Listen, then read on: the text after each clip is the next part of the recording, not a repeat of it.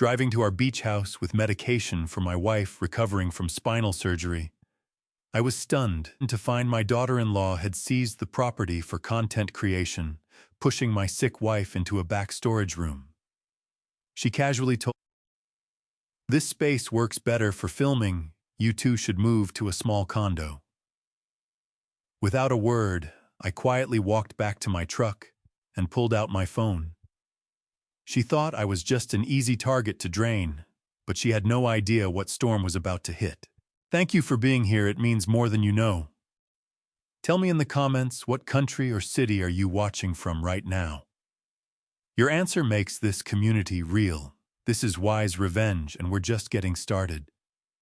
Some details in this story are fictional, shaped for storytelling purposes. Names and settings are coincidental, but the truth behind the message is something worth holding on to. The pill organizer on the passenger seat had 7 compartments, one for each day of the week. I had filled every one of them myself that morning, standing at the kitchen counter in our Portland house before 6 o'clock, sorting Martha's medications by color and size the way she had taught me to sort bolts and fittings on a ship deck 40 years ago. Everything in its place. Everything accounted for. I had been a maritime engineer for 31 years. I understood load-bearing structures, pressure thresholds, and the exact point at which a system fails. I had learned very early in my career that disasters rarely announce themselves. They accumulate quietly, a hairline fracture here, a loose fitting there, until one ordinary morning everything gives way at once. I did not know, driving up Route 1 toward Camden that August morning, that I was already 3 miles from the fracture point. The drive from Portland to Camden took just under 2 hours on a clear day. I had made it dozens of times since we bought the beach house 11 years ago, back when I was still consulting for shipping firms, and Martha was still teaching 3rd grade, and we had talked about retirement the way people talk about a country they have never visited, but fully intend to see one day. We bought the house with money I had earned before we were married, set aside in an investment account that had grown quietly for 2 decades while I was out on the water. It was not a grand gesture. It was a plan. I was an engineer. I made plans.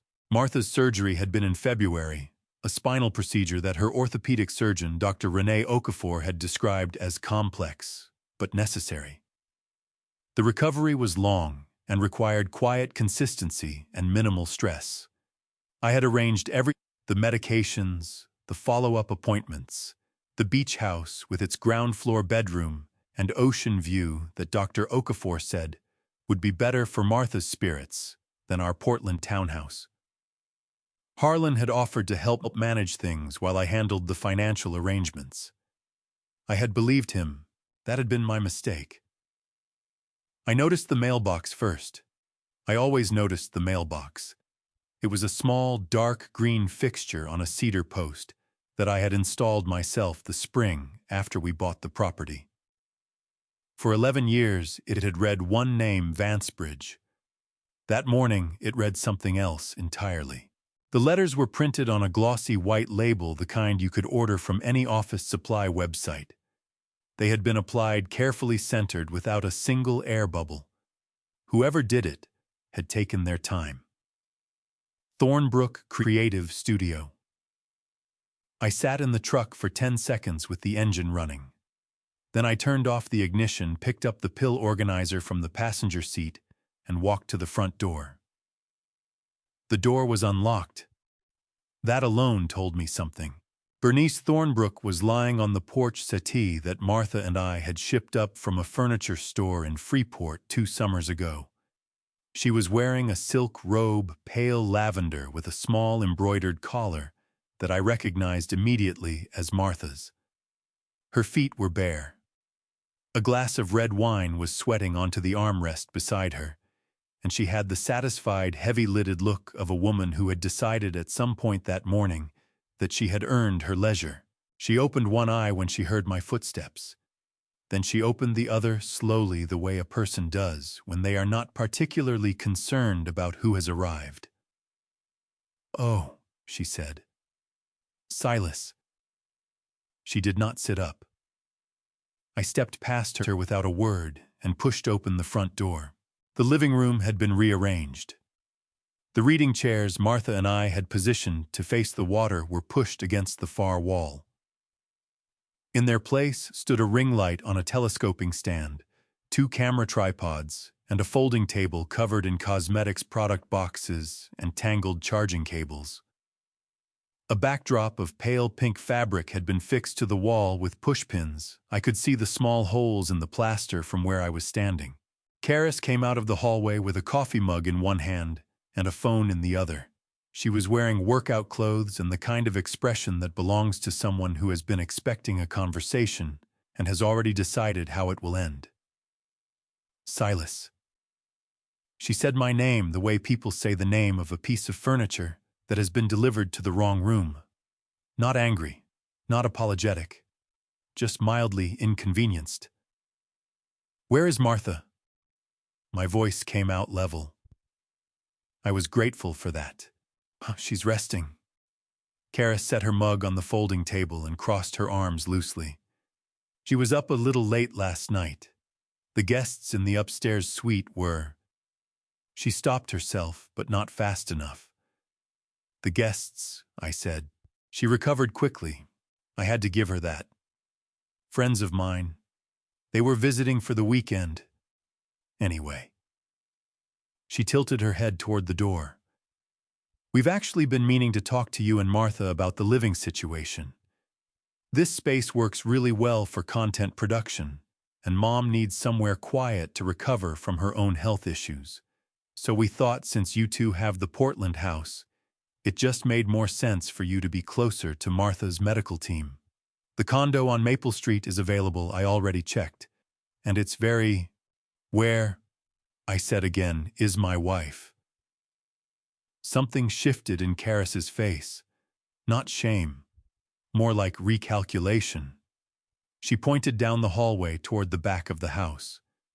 The door to the small guest room, a room we had always used for storage. The room with no ocean view and a window that faced the tool shed was partly open. I pushed it gently and stepped inside. Martha was sitting up against the headboard, with her knees bent, a pair of foam earplugs on the nightstand beside her.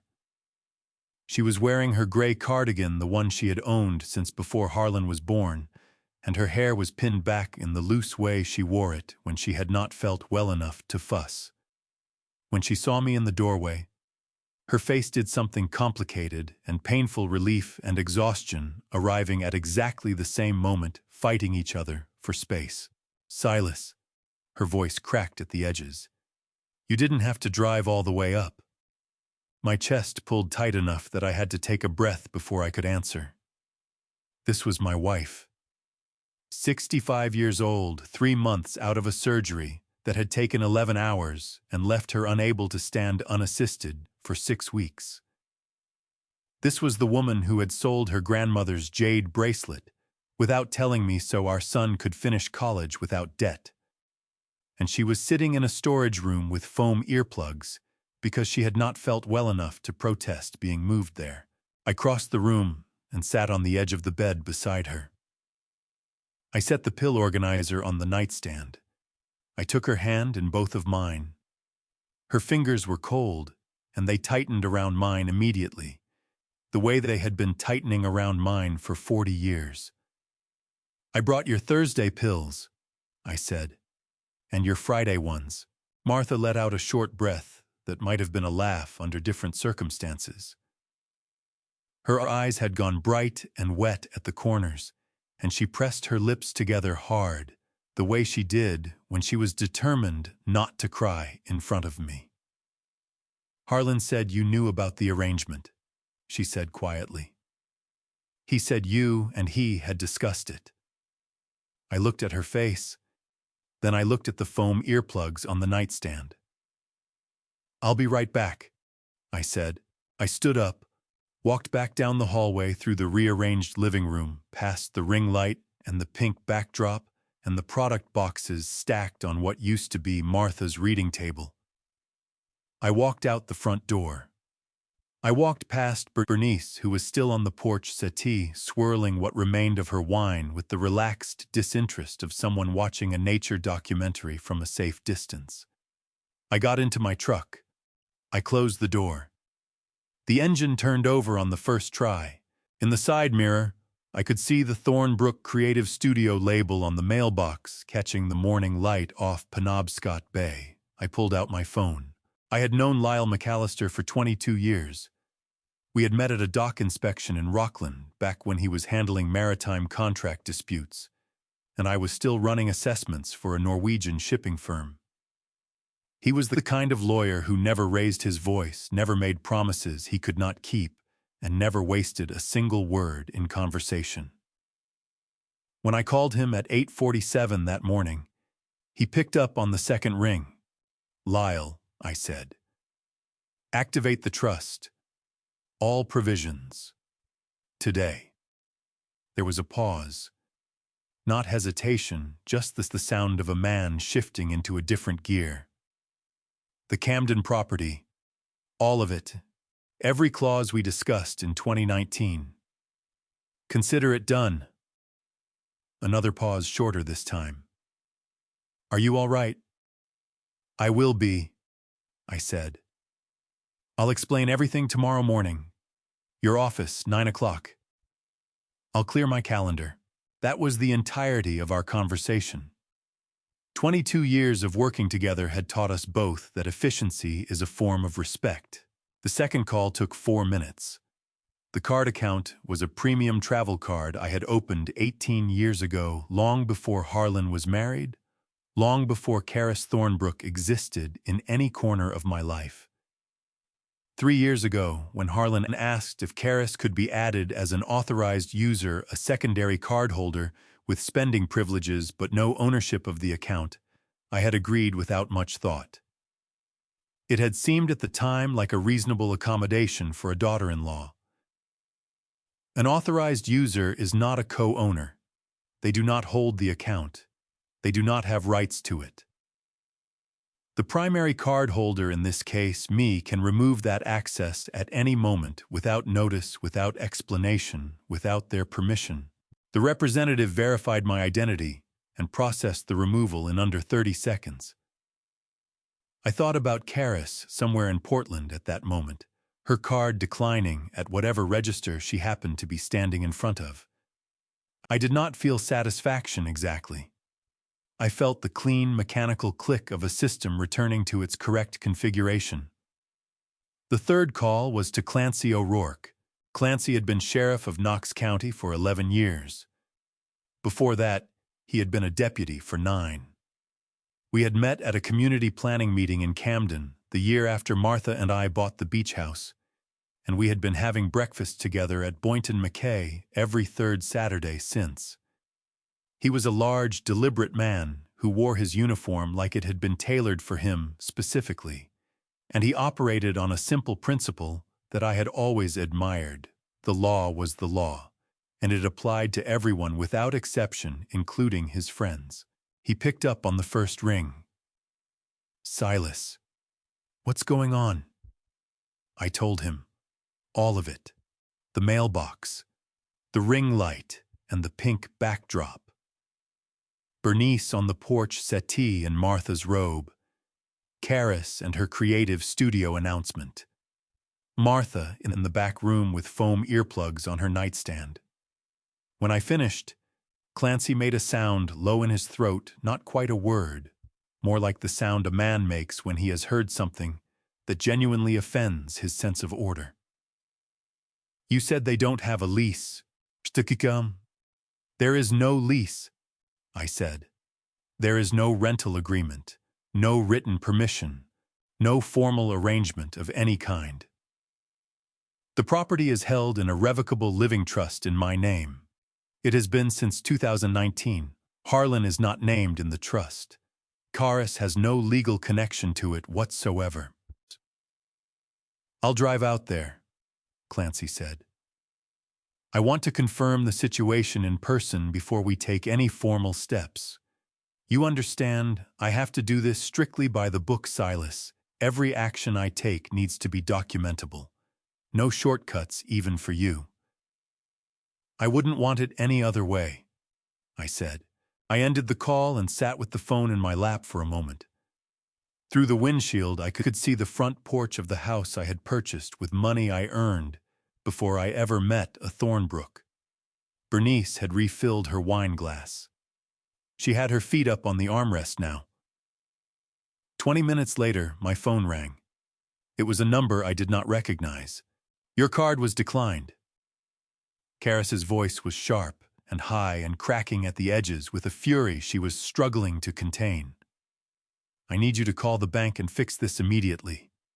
The card has been closed, I said. That is my card.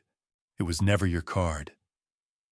I kept my voice the same temperature it had been all morning, level, unhurried, the way I used to speak to junior engineers when a system was failing and panic would only make things worse. You were an authorized user on my account.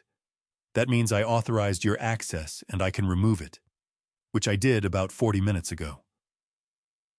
You cannot do that without warning me. There is no legal requirement to notify an authorized user before removing their access, I said. The account belongs to me. It always has. The sound she made on the other end of the line was not quite a word. It was something between a gasp and a snarl, the noise of someone who has reached for a weapon and found it missing from its holster. You have no idea what you're starting, she said. I think I have a very clear idea, I said. Have a good morning, Karis. I ended the call. 11 minutes after that, a Knox County Sheriff's cruiser turned into the driveway. Clancy stepped out, straightened his jacket, and walked to the front door with the unhurried authority of a man who had delivered difficult news to difficult people for 2 decades and had never once enjoyed it. I watched from the truck. I could not hear the conversation through the glass, but I could read it well enough. Karis appeared at the door. Her posture had changed from when she had spoken to me, tighter. Now her arms crossed differently, the confidence compressed into something smaller and more defensive. Clancy spoke. She responded. He spoke again, and this time he held up one hand in a gesture I recognized, the universal signal for let me finish. Bernice had sat up on the settee. Her wineglass was on the ground beside her feet. She was leaning forward with her elbows on her knees, and her face had gone the particular shade of pale that belongs to people who are realizing for the first time that the plan they had been counting on has developed a serious structural problem. Clancy came back to the truck 10 minutes later. He leaned against the driver's side door and crossed his arms. No lease agreement, no rental contract, no written permission from the trust holder, which is you authorizing occupancy, under Maine law that puts them in the category of unauthorized occupants. He paused. She threatened to call her own attorney. That's her right, I said. She also called 911 while I was on the porch. The corner of Clancy's mouth pulled in a way that was not quite a smile. Reported you for unlawful trespass on the property. I looked at him. See, the dispatcher transferred the call to me, he said, seeing as I was already on scene. He pushed off this door and straightened up. Come see Lyle tomorrow, Silas. There's something else happening in that house. I could see it from the driveway, and you're going to want documentation before we take the next step. I nodded. He walked back to his cruiser. I watched him pull out of the driveway and turn north on Bayview Street. Then I looked back at the mailbox one more time. Thornbrook Creative Studio. The label was still perfectly centered without a single air bubble. I put the truck in reverse. I had a 9 o'clock meeting to prepare for. Lyle McAllister's office on Congress Street had not changed in 22 years. The same dark wood shelving. The same 2 leather chairs across from his desk, worn smooth at the armrests from decades of clients gripping them during difficult conversations. The same framed nautical chart of Penobscot Bay on the wall behind him, a gift from me actually from the year we first started working together. He had never moved it. I had always respected that about him. He was standing when I came in, which he only did when the matter was serious. He gestured to the chair across from his desk without preamble. "Sit down, Silas. I have things to show you before you show me yours." He had already been working. 3 manila folders were open on his desk, their contents fanned out in the precise, organized way that told me he had been at this since before 8 o'clock. The trust documents were on the left, the original filing from 2019, the property transfer deed for the Camden Beach House, the schedule of assets. On the right were the quarterly statements he received as part of his oversight arrangement for the trust. Every 3 months, the account statements came directly to Lyle's office. It was a system I had set up deliberately at his recommendation so that any unusual activity would have a second set of eyes on it. "Before we get into what you brought," Lyle said, settling into his chair and folding his hands on the desk, "I want to walk you through what the trust actually protects and what it doesn't. Because based on what you described yesterday, I want you to understand exactly where you stand." He opened the left folder. The Camden Beach House had been transferred into the Silas J. Vancebridge Revocable Living Trust in March of 2019, 14 months before Harlan and Karis were married. A revocable living trust, Lyle explained, is a legal arrangement in which a person transfers ownership of their assets to a trust while retaining full control of those assets during their lifetime. The person who creates it, the grantor, is also the trustee, which meant I managed it, made decisions about it, and could modify or dissolve it at any time. Upon my death, the assets would pass to the beneficiaries I had named outside of probate court, without the delays and costs that come with a standard will. The critical point, Lyle said, tapping the transfer deed with one finger, is that the beach house is not your personal property in the traditional sense anymore. It belongs to the trust. And Harlan is not named as a trustee or a beneficiary in the current filing. "I know," I said. "I made that decision carefully." "Which means Karis has no legal connection to this property whatsoever. She cannot claim spousal interest in it through Harlan, because Harlan has no interest in it to begin with. She cannot argue marital property rights. She cannot argue equitable distribution." He closed the folder. "From a property standpoint, her position is essentially non-existent." I set my phone on the desk and slid it toward him. 3 years of photographs and screenshots, bank notifications, text message exchanges, delivery confirmations, receipts. The kind of documentation that a man accumulates when he has spent 31 years on ships where a missing record could cost lives. Lyle scrolled through the images without expression. He had a gift for absorbing difficult information without letting it show on his face, which was one of the reasons I trusted him. After several minutes, he set the phone down and reached for the right-hand folder, the quarterly trust statements. "There's one more thing," he said. "And I want you to look at this carefully before I explain it." He turned the statement to face me and placed his finger beneath a line item from 6 months ago. 3 weeks before Martha's surgery, he said, "You transferred $45,000 into a joint account designated for her medical care. Medications, home health services, follow-up appointments, rehabilitation equipment." "That's correct," I said. "Harlan offered to manage the disbursements. I thought it would give him something concrete to do, something useful." Lyle's expression did not change, but his jaw tightened by a fraction. "Silas, that $45,000 did not go to Maine Medical Center. It did not go to any pharmacy, any home health agency, or any medical supplier." He turned to his computer monitor and angled the screen toward me. "It went in 3 separate transfers over 6 weeks into an account registered to a Bernice Thornbrook at a bank in Bangor." The room became very still. I stared at the screen. The numbers were perfectly clear. The account name was perfectly clear. There was no ambiguity, no possible alternate explanation that a reasonable person could construct. From that account, Lyle continued, his voice carefully neutral. The money was used to purchase furniture, a sectional sofa, a custom wall unit, an imported area rug, installation fees for a home entertainment system. He paused. Mrs. Thornbrook redecorated her personal apartment in Bangor, completely, with money you set aside for Martha's recovery. My hands were resting on the arms of the chair. I became aware of them pressing down hard against the leather, not shaking, not moving, just pressing. The way a man presses against something solid when the ground beneath him has stopped being reliable. Martha had asked me twice why her prescriptions were running low.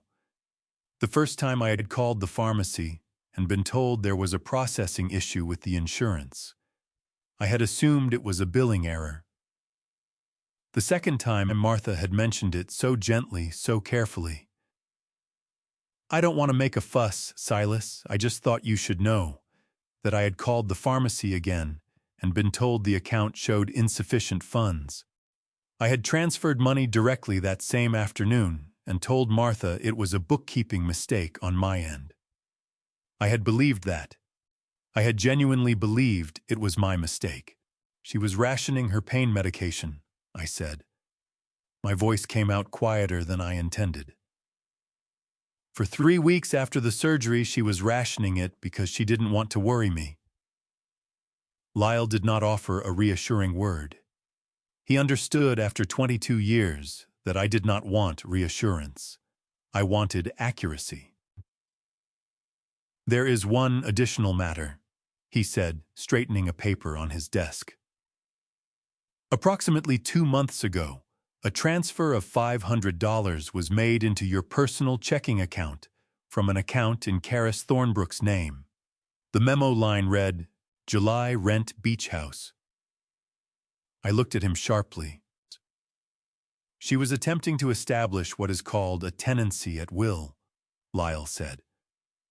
Under Maine law, if a property owner accepts rent payments from an occupant even informally, even without a written lease, it can create a recognized tenancy which would significantly complicate your ability to remove them and require formal eviction proceedings lasting months. He opened his hands on the desk. However, you rejected the transfer within 48 hours and sent a written notice to Karis explicitly stating that no tenancy of any kind existed or was being created. I have a copy of that notice in this file. He held it up. 1 page. My signature at the bottom. Dated. You closed that door before she could get her foot through it, Lyle said. I exhaled slowly. What's next?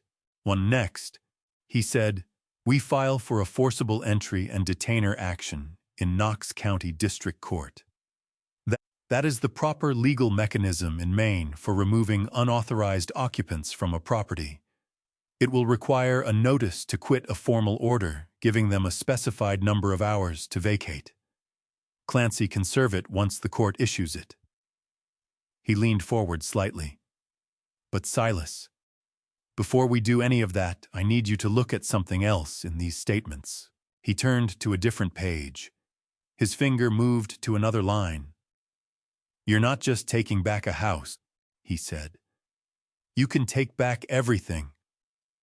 He pointed to a series of transactions dates, amounts, account numbers, and my chest tightened the way it used to tighten in bad weather at sea when the instruments told you something the horizon had not yet shown you.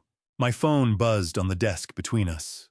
A text message from a number I did not immediately recognize, a 207 area code, which meant Maine.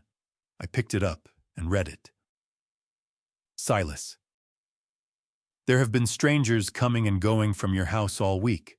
I've been keeping notes. You need to see this. Merriweather. I remembered the first time Martha asked about her prescriptions.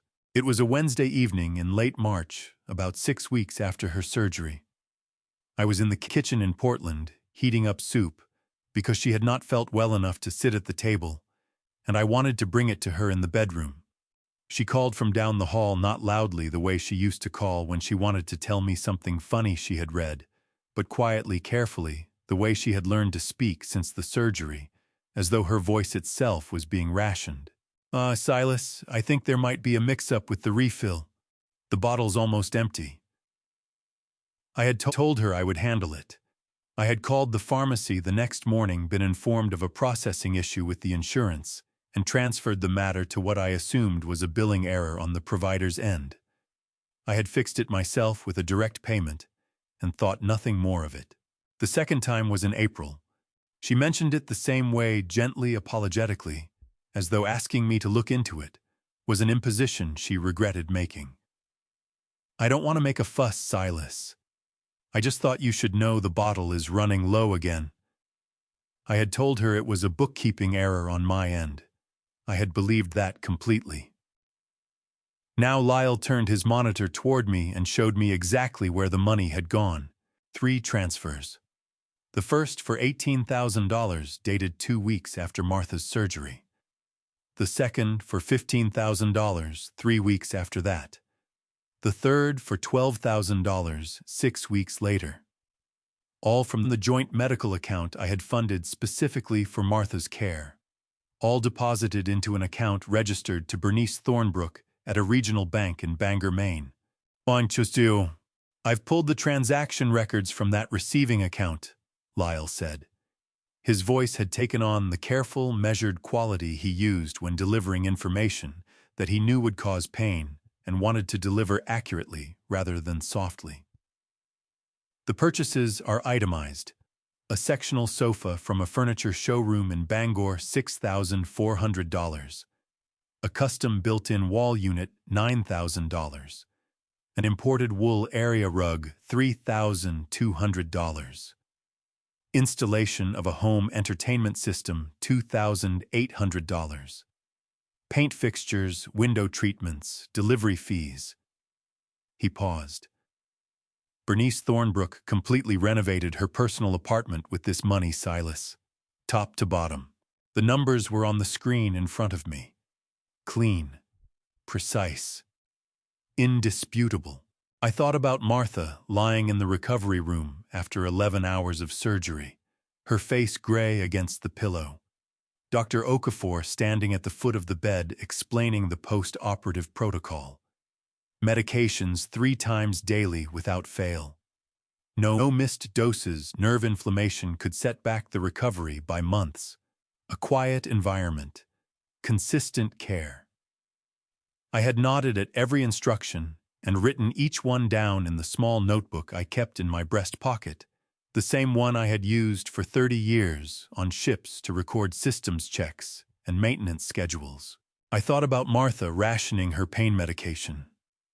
I thought about her lying in that back room at the Camden Beach House with foam earplugs on her nightstand, listening to the sound of strangers moving through her living room and saying nothing because she did not want to be a burden. My hands pressed harder against the armrests of the chair. A vein in my right temple had begun to pulse with the slow, insistent rhythm of something that needed to be managed carefully, or it would manage itself in ways I would regret. "How did the transfers happen?" I asked. My voice came out flat and controlled. "Walk me through the mechanism." "Harlan had joint access to the medical account," Lyle said. "You added him when you set it up so he could pay providers directly without having to go through you each time. A practical arrangement on paper." He closed the folder. He used that access to initiate the 3 transfers. Each one was coded in the transaction description as a medical services payment, broadly enough worded that it would not trigger an automatic review. I stared at the closed folder. My son, 31 years old. A child I had worked injured, worked exhausted, worked away from home for months at a stretch to provide for. I remembered the winter he was 7, the worst of it. a bacterial pneumonia that had sent him to the main medical center pediatric ward for 9 days. His small chest working too hard, his fever spiking at night. While I was aboard a bulk carrier in the Labrador Sea with a hairline fracture in 2 ribs that I had not reported, because reporting it would have pulled me off the ship and cost me the contract, and we needed the money for the hospital bills. I had called Martha from the ship's radio every night.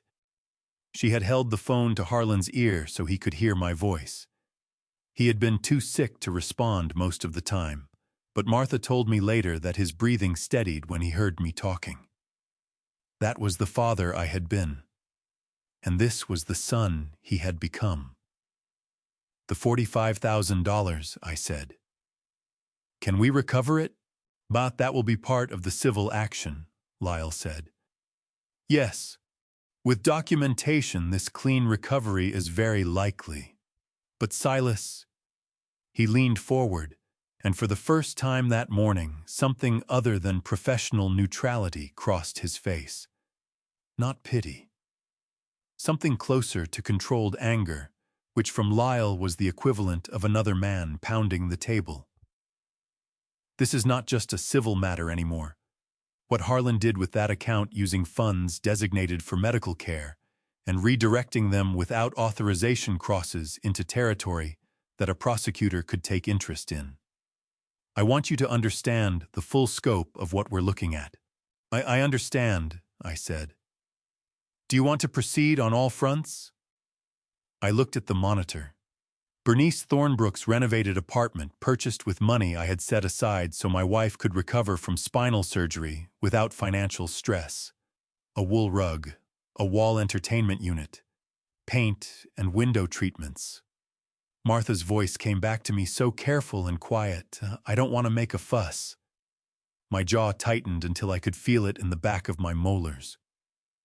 "Yes," I said. "All fronts." Lyle nodded once and reached for his legal pad. "Then let's talk about the forcible entry and detainer filing first. Clancy can serve the notice to quit as soon as the court issues it, which I can push for by end of week. In the meantime..." My phone vibrated on the desk between us. I glanced at the screen. A second message from Dot Merriweather had arrived, and this one had an image attached. I opened it. The photograph had been taken from Dot's front porch, angled across the low hedge that separated our properties. It showed the front door of the beach house standing open, and on the porch steps 2 rolling suitcases, and what appeared to be a cooler with a sticky note on the lid. Standing beside them was a couple I had never seen before. A man in a fleece vest and a woman in a sun hat consulting what looked like a booking confirmation on a phone screen. Guests. There were paying guests on Martha's porch. I set the phone face down on Lyle's desk, drew a slow breath through my nose and said, "Add unauthorized commercial use of trust property to the filing. I'll explain on the way to Camden." Dot Merriweather was 70 years old, 5 feet 2 inches tall, and the most reliable witness I had ever encountered outside of a formal maritime inquiry. She was at the end of her driveway when Clancy and I pulled up yellow rain slicker despite 4 days of dry weather, a composition notebook pressed against her chest, the way a school teacher holds attendance records. Which made sense. She and Martha had been friends for 20 years, and Dot had spent 32 of those teaching 6th grade English at Camden Rockport Middle School. She had known something was wrong for weeks. She just had not known what to do about it until she saw my name on her phone that morning.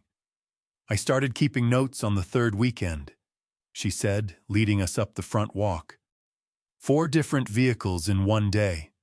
Different people every time. She opened the notebook on her porch railing, 6 weeks of entries dated and timed in careful cursive. License plates, vehicle makes, head counts, arrival and departure times. Clancy read 3 pages without speaking. Then he straightened up. "She's been running this operation for at least 6 weeks. Longer, probably." Dot said, her voice going tight. "Those are only the ones I personally observed. She closed the notebook and held it out to me, the cover soft from handling as though she had been carrying it with her for days. I tried to visit Martha twice, brought over a casserole in July. That woman at the door told me Martha was resting and couldn't have visitors. Her lips pressed together until they went white. I should have pushed harder. I knew something wasn't right. You did the right thing, I said. Her eyes went bright at the corners. How is she, really? She's stronger than anyone in that house gave her credit for, I said. Clancy and I crossed the hedge and walked up to the beach house. The front door was unlocked. A wicker basket near the door held a folded map of the Camden waterfront and a laminated card. Welcome to Seabird Cottage. Checkout is 11 a.m. Beach towels in the hall closet. Please leave keys on the kitchen counter. Seabird Cottage. She had given my house a name. Clancy pulled up the listing on his phone. $350 a night on weekdays, $500 on weekends. 8 weeks of bookings. 42 reviews. The photographs showed the master bedroom ocean view, the room Dr. Okafor had specified for Martha's recovery, because natural light supported neurological healing after spinal surgery. My chest tightened in a way that was not metaphorical. 42 groups of paying guests, I said, while my wife was in the back room. While your wife was in the back room, Clancy said, his voice quiet and precise and entirely without editorial comment, which was worse than if he had said something angry. I knocked on the door of the small guest room. It's open, Martha said. She was sitting up against the headboard, with a paperback open face down on her lap and her reading glasses on. A better pain day, I noted. When she saw me, her face did the complicated thing it had done yesterday. Relief and exhaustion arriving at the same moment. You came back, she said, her voice breaking slightly at the edge. I told you I would. I sat beside her. Martha, how long have there been guests in the house? She took her glasses off and folded them carefully. Since the second week of June. The first weekend I thought they were friends of Karis's. Then she told me she was renting to help with household expenses and that I wouldn't even notice. A pause. I noticed. Her voice was steady, but her hands had found the edge of the paperback and her knuckles had gone pale. She moved you to this room, I said. Huh, she said, the master bedroom photographed better. Martha's jaw tightened. She looked at me with something quieter and more durable than distress, the steadiness of a woman who has been patient for a very long time and has decided that patience has reached its limit. She pressed my hand hard between both of hers. Silas, whatever you and Lyle are working on, finish it. I walked back down the hallway and pushed open the door to the painting room. The wall was bare. Every painting was gone. The hooks were still there.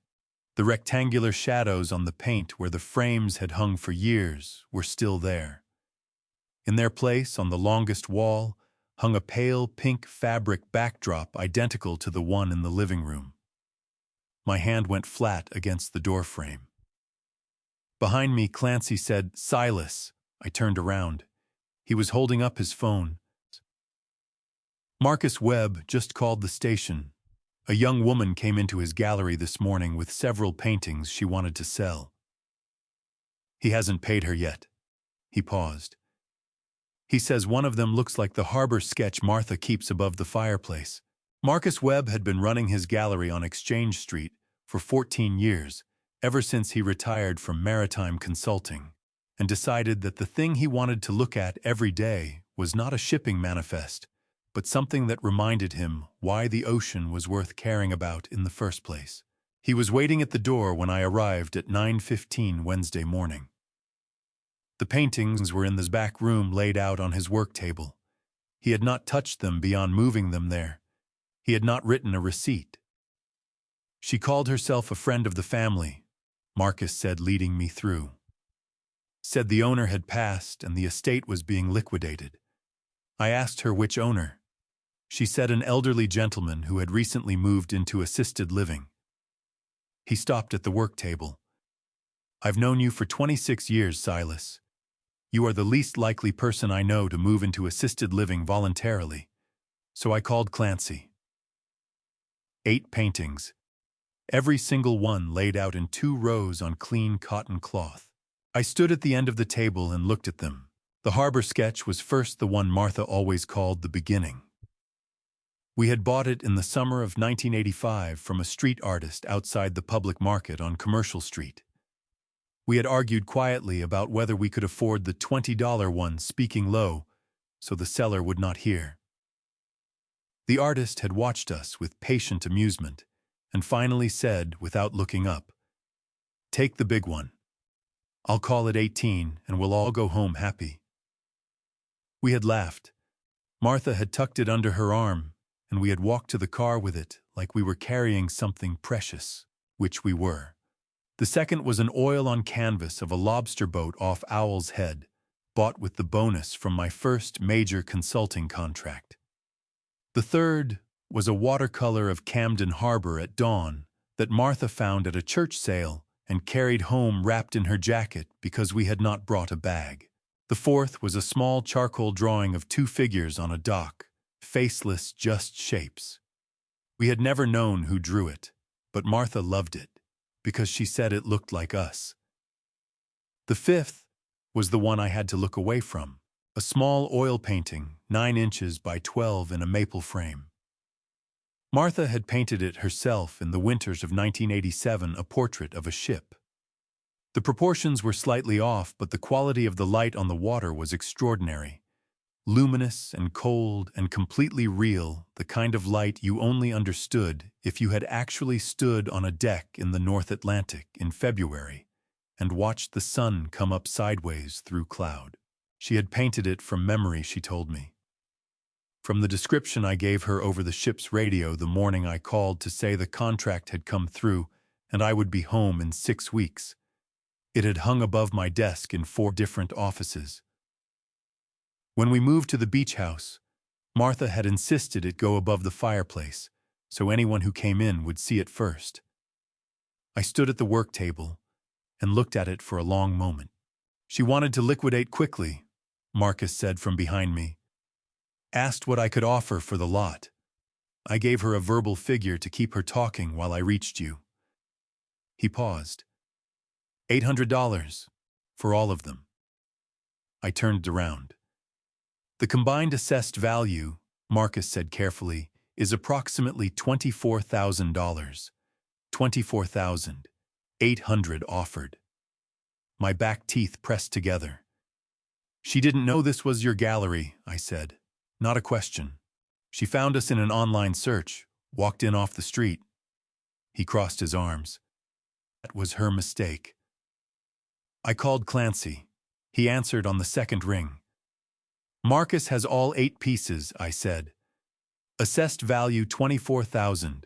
She offered $800. I want to pursue grand larceny. Clancy shifted into operational mode immediately.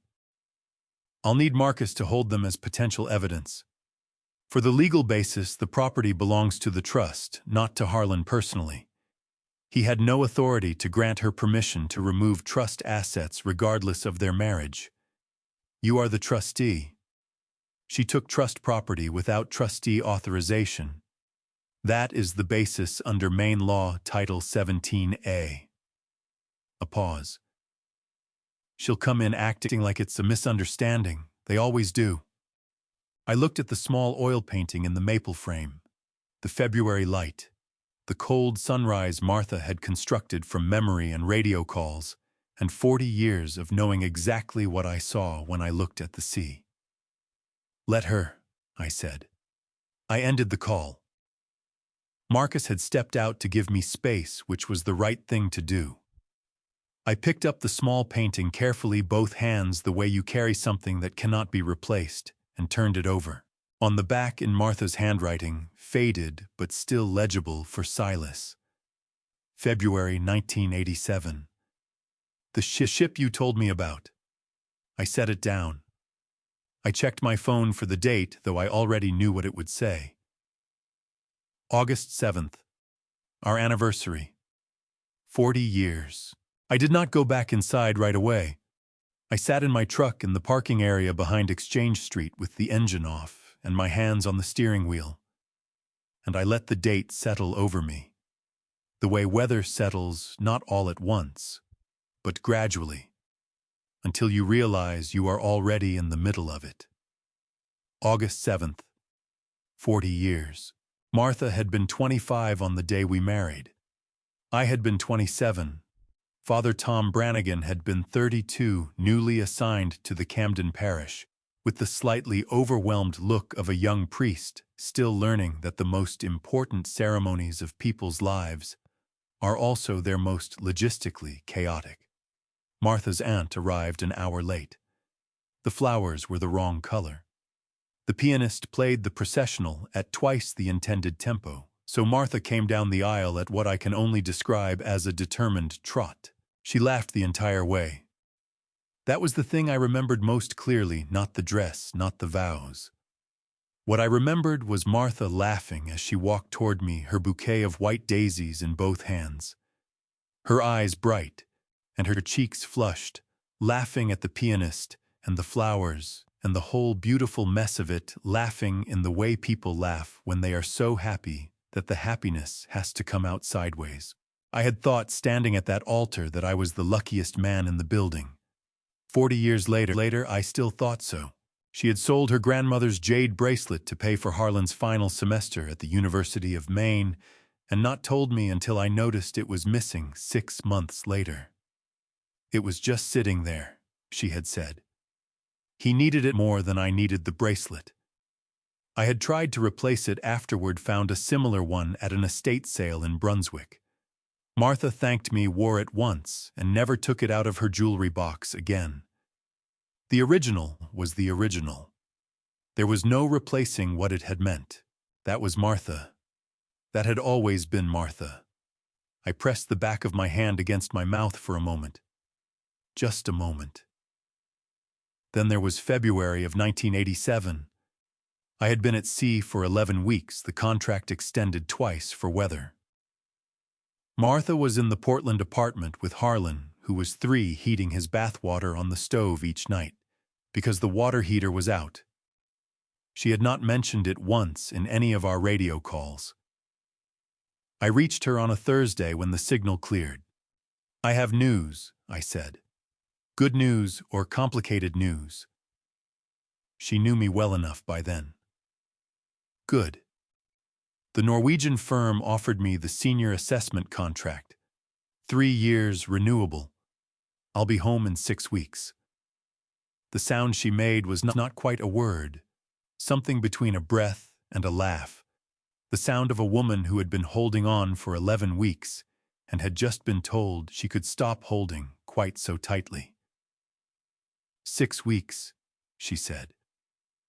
6 weeks, I confirmed. A pause. Then, "I'm going to paint you something while I wait, so I have something to do with my hands." That painting had hung above my desk then, above our fireplace, and yesterday morning Karis Thornbrook had carried it into this gallery and asked a stranger what he would pay for the lot. I got out of the truck. Marcus was at the front desk and looked up when he heard the door. "I'll take them home myself," I said. "All 8, today." He nodded and went for the cotton wrapping cloths. We worked carefully, each painting wrapped and secured. When we reached the small oil in the maple frame, the ship, the February light, Martha's handwriting on the back, Marcus held it out without speaking. I took it in both hands. "Happy anniversary, Silas," he said quietly. My throat tightened in a way I had not expected, sudden and sharp, the kind that comes before something you are not willing to let happen in front of another person. "Thank you, Marcus," I said. "It's been the best 40 years of my life, and I intend to have 40 more." He looked at me for a moment. "I know you do." I drove back to Camden with all 8 paintings on the back seat wrapped in cotton and strapped upright, taking the turns slowly. Clancy's cruiser was already in the driveway when I pulled in. He was on the porch with his notepad. "She's on her way," he said. I told her we needed her to clarify some details about the items she brought to the gallery. A pause. She told me it was a misunderstanding, and she was happy to clear it up. "Of course she did," I said. I carried the paintings inside. Martha was in the hallway, one hand on the wall for balance, the way she still moved on difficult days. She saw the cotton-wrapped rectangles in my arms, and her hand went to her mouth. "You got them back?" she said, her voice cracking open completely. "All 8, I said. 2 tears ran straight down her face, and she did not wipe them away or apologize or try to compose herself.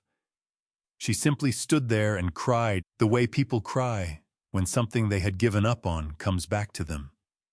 I set the paintings against the wall and put my arms around her. "Happy anniversary," I said into her hair. She laughed, wet and broken and completely genuine, the same laugh she had come down that aisle with 40 years ago, and held on.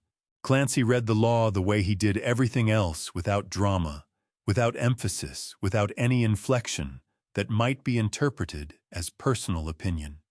He had held to that principle for 20 years, and I had never once seen him deviate from it. Which was why when Karis Thornbrook walked into Marcus Webb's gallery at 11:45 that Wednesday morning and announced this was obviously a misunderstanding, she was sure they could clear up in 5 minutes. Clancy simply let her finish before he said a word. She had dressed for it. Dark slacks, a structured blazer, her hair arranged to look effortless. She had the composed, slightly impatient bearing of someone who had decided in advance that whatever she was walking into was beneath her. She saw me by the work table, and her composure flickered just for a half second, the way a light flickers when power stutters, and then it was back. "Silas," she said, not surprised, recalculating. "Karis," I said. Clancy stepped forward. He was in uniform, which she had not expected. Her eyes moved to the badge and back to his face with the focus of someone rapidly updating an assessment. "Miss Thornbrook, thank you for coming in." His voice carried the same temperature it always did, level, unhurried.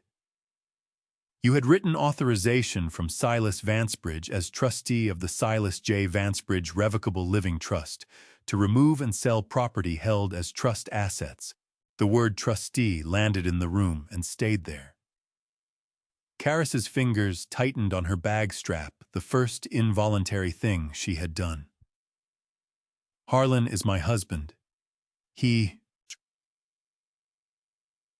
Harlan Vansbridge is not named in the trust," Clancy said.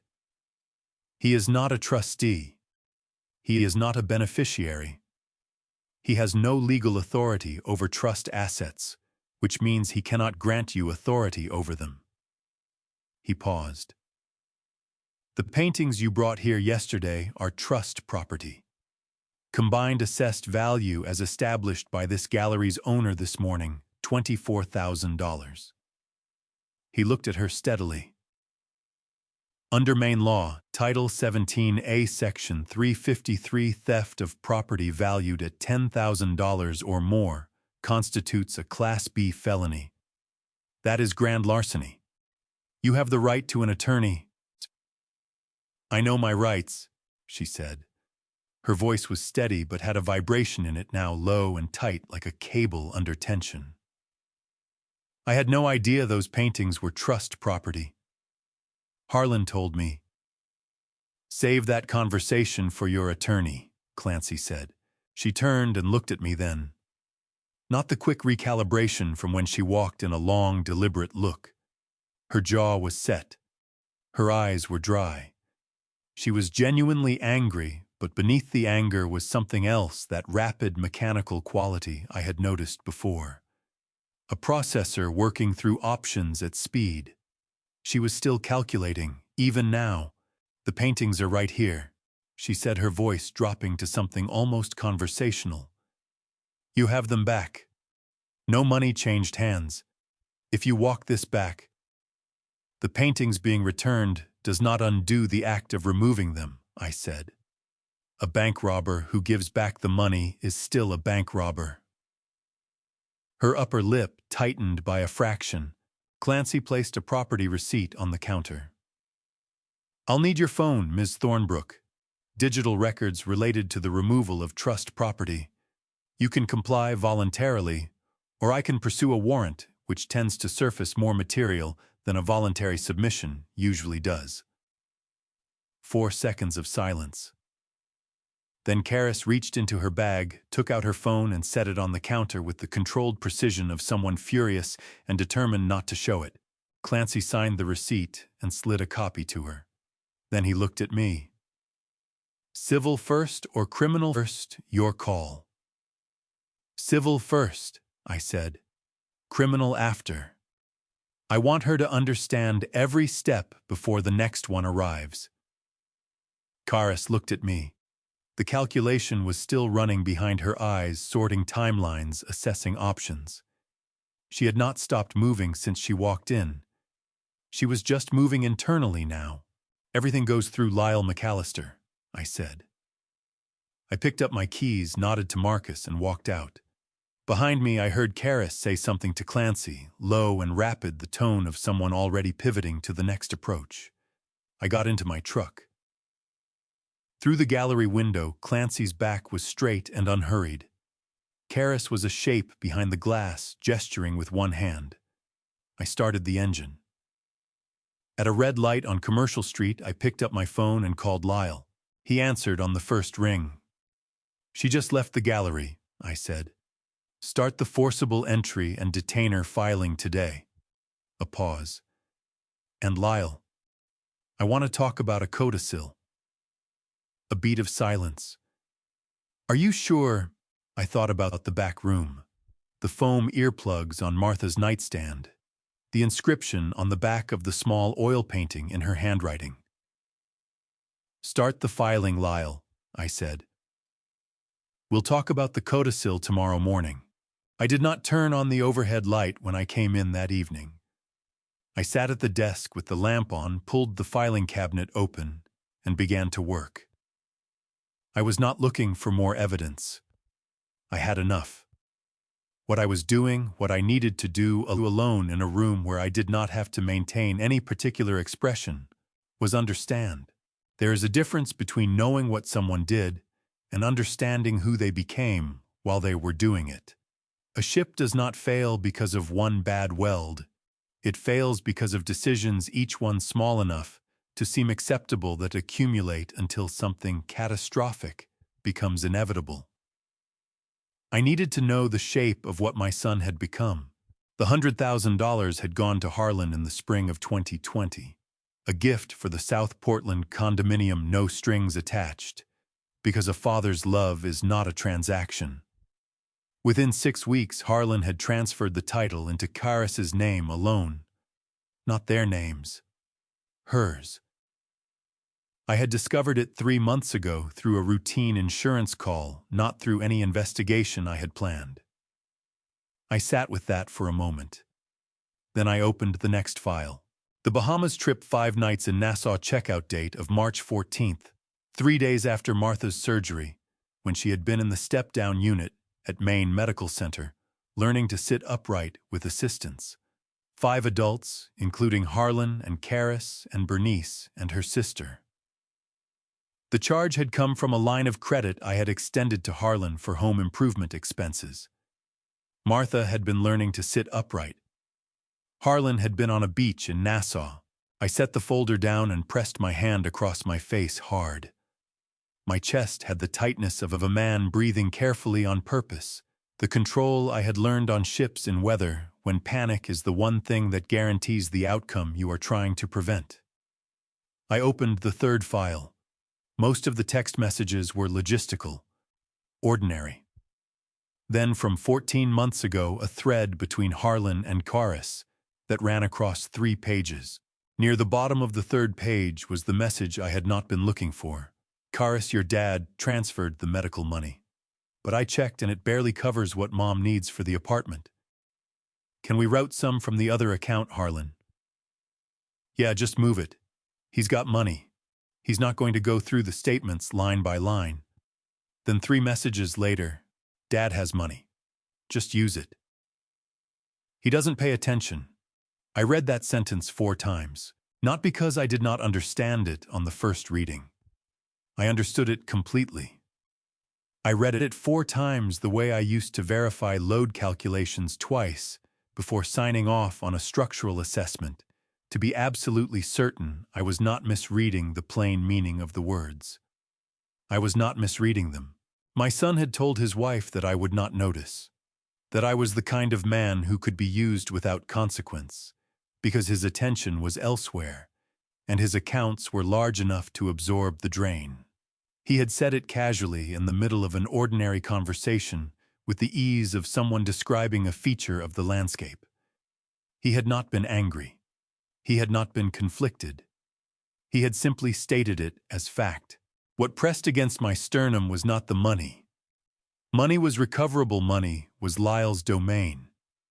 It was the understanding that my son had looked at me and seen a resource. Not a father. A resource. Accessible and renewable and easily routed. I thought about the summer Harlan was 15.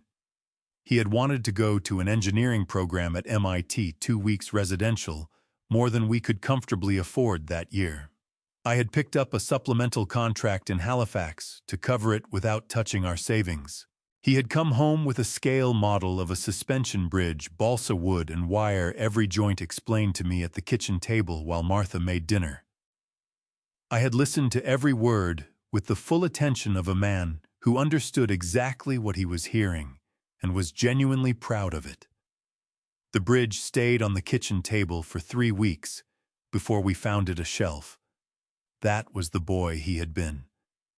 I looked at the printed message in my hand. He doesn't pay attention. I squared the papers the way I had learned to square documents on ships where everything had to be secured against motion. Then I took a sheet of notepaper and wrote a short list, 7 provisions in my current will that named Harlan as a beneficiary. Then I called Lyle. He answered on the second ring. It was 11 minutes past 11, but Lyle did not mention that. I've made my decision, I said. The codicil. Remove Harlan from everything. All provisions, all assets, all contingencies. Lyle was quiet for 2 seconds. Are you sure I want you to have slept on it? I looked at the list, then at the message beside it. He doesn't pay attention. I've been sure, I said, since I saw that empty wall. Lyle exhaled slowly. Draft will be ready Thursday afternoon, 3 o'clock. I ended the call. The garden outside the window had gone fully dark, Martha's garden planted over 20 years, with the same care she brought to everything. I turned off the desk lamp and went downstairs. Tomorrow was going to require everything I had. I intended to be ready for it. Pete Calloway had been a locksmith in Camden for 7 years. Before that, he had been a guy with a good set of hands, a failing credit score, and a business idea he could not afford to start. In 2019, I had co-signed a small business loan for him at the Camden National Bank. Not because he asked me to, but because his father had worked on 2 of my maritime assessments in the 90s, and I knew the family was solid. Pete had paid the loan off in 4 years instead of 7. He sent me a card when he did. He called me at 8:40 Thursday morning. Silas. His voice was tight and uncomfortable. A woman at your beach house just hired me to change the locks. Said she was the owner's daughter-in-law and had permission. A pause. I recognized the address, and I recognized the trust name on the new mailbox post. I told her I needed to make a call first. Don't touch those locks, Pete, I said. Already packed my tools back in the van. Another pause. She offered me 500 cash to do it anyway. What did you tell her? I told her there wasn't enough cash in Camden to make me do something that wrong. He cleared his throat. Thought you should know right away. I thanked him and ended the call. 40 minutes later, Dot Merriweather sent me a video. She had recorded it through her front window, the camera slightly angled, to catch the porch of the beach house next door. Karis was sitting on the top porch step, with a phone propped against a flower pot, her face arranged into an expression of wounded distress that she had clearly practiced. She was speaking directly into the camera. Hair loose, no blazer today, a soft sweater chosen with the same deliberateness as yesterday's courtroom outfit, but aimed at a different audience entirely. I could not hear the audio through the video, but I did not need to. I forwarded the clip to Lyle. His reply came back in 11 minutes. Already on it? Defamation per se, false statements of fact that damage professional reputation. No proof of specific damages required under Maine law. I'm sending platform notices now. I thought about Karis on that porch step, performing devastation for an audience of strangers. The ring light inside. The pink backdrop. The 42 groups of paying guests who had walked through Martha's living room while she lay in the back room with foam earplugs. The phone rang. It was Dot. She came over here after, Dot said, her voice sharp with indignation. Asked to use my Wi-Fi because hers was cut off. I let her in because I wanted to see what she was doing. A pause filled with Dot's particular brand of righteous displeasure. She posted that video to 3 different platforms from my kitchen table, Silas. Right in front of me. Didn't even have the decency to ask if I minded. What did you do? I took screenshots of every single one, timestamps and all. The satisfaction in her voice was unmistakable. Then I sent them to that lawyer of yours. I almost smiled. Almost. By 4 that afternoon, all 3 accounts had been suspended pending review. By 6, 2 had been permanently closed. The 3rd followed by morning. 180,000 followers gone. The content library she had built over 4 years inaccessible. That was when Bernice Thornbrook discovered the full extent of what her daughter had promised her. Dot called again at 7. I can hear them through the hedge. She said, her voice lower, now serious. The mother is screaming. I caught a few words. A pause. Silas, she sold her house. The mother. Karis told her to sell her house in Lewiston because they were going to live in your beach house permanently. Her voice tightened. That woman sold everything she owned on the basis of what her daughter promised her. I sat with that for a moment. All those boxes in the driveway on Monday morning. The large suitcases. I had noticed the volume of luggage too much for a visit exactly right for a relocation. I had filed it away as a detail and moved on. It had not been a visit. It had been a move-in. From next door, faint but unmistakable, came the sound of raised voices, Bernice's carrying the particular pitch of a woman who has realized the safety net she believed in was made of paper. You promised me. I heard her shout the words breaking through the evening air. You said this was ours. You made me sell my house. Karis's response was lower, faster, the sound of someone managing damage rather than accepting responsibility. I stood on the porch of my beach house and listened for a moment. The sun was going down over the bay, painting the water in shades of copper and rose that Martha would have wanted to sit outside and watch. I went inside. Instead found Martha settled in the main bedroom, her bedroom where she belonged, and told her she could expect things to be quieter from here on. Pete Calloway sends his regards, I added. Martha looked at me over her reading glasses. You co-signed his loan 5 years ago. He remembered, I said. She reached out and squeezed my hand once hard. Good people remember Silas. I squeezed back. Then I called Lyle. The Fed filing, I said. How soon can Clancy serve the notice? Court opens at 8. Lyle said. If I file tonight through the emergency docket, Clancy could have a notice to quit in his hand by tomorrow afternoon. A pause. Silas. One more thing. I got a call from the IRS referral intake office this afternoon. They received our whistleblower submission. His voice shifted slightly, not quite satisfaction, but something adjacent to it. They flagged it for expedited review.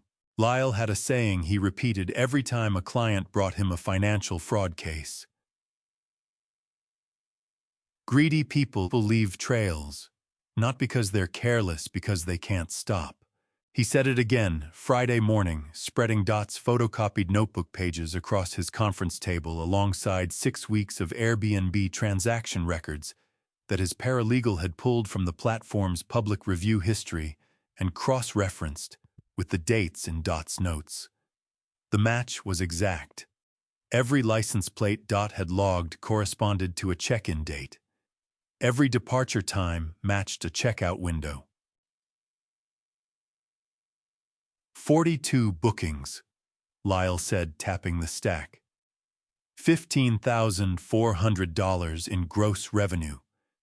0 reported to the IRS. I looked at the pages. Dot's careful cursive. Karis's calendar of guests documented by a 70-year-old retired schoolteacher through a hedge. How do we file? I asked. Lyle opened a folder.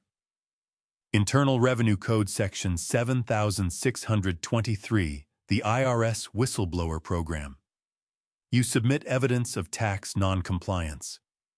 If the IRS recovers funds, they may award a percentage at their discretion. No guarantees, but with documentation, this clean, they'll take it seriously. He slid the folder across to me. More importantly, it puts a federal agency in Karis's life. That tends to focus people. I signed where he indicated. He sealed the submission package and set it beside his briefcase for courier pickup.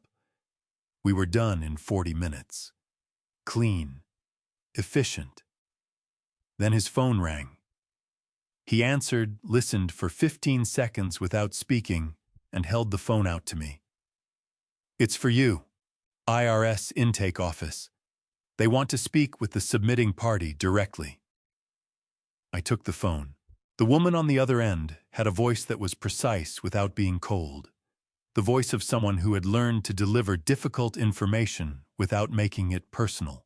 She introduced herself as Special Agent Greta Solis, IRS Criminal Investigation, New England Field Office. Mr. Vansbridge, she said. We received your submission this morning. I've had a chance to do a preliminary review. A pause, brief, professional. The Airbnb income is straightforward, but in cross-referencing the submitting taxpayer's name against our existing database, we identified a pattern in the associated content creator income filings that goes back approximately 3 years. The discrepancy between reported income and estimated platform earnings is significant. How significant? I asked. Estimated unreported income in the range of $78,000 across 3 filing years. Penalties and interest would bring the total liability considerably higher. Another pause. Mr. Vansbridge, we're going to open a full examination. I'll need to advise you that as part of that process, we may identify related parties. Anyone who received transfers from the subject's accounts during the examination period could be subject to review. I thought about Bernice Thornbrook's redecorated apartment in Bangor, the sectional sofa, the imported wool rug, the $45,000 that had never reached a pharmacy. I understand, I said. One more thing. Greta Solis's voice did not change inflection. We'll be issuing an asset preservation order to the subject. This is a formal notice prohibiting the transfer or disposal of assets during the examination period. It is not a freeze, she retains access to her accounts. But any violation of the order constitutes a separate criminal offense. A pause. We find it tends to have a clarifying effect.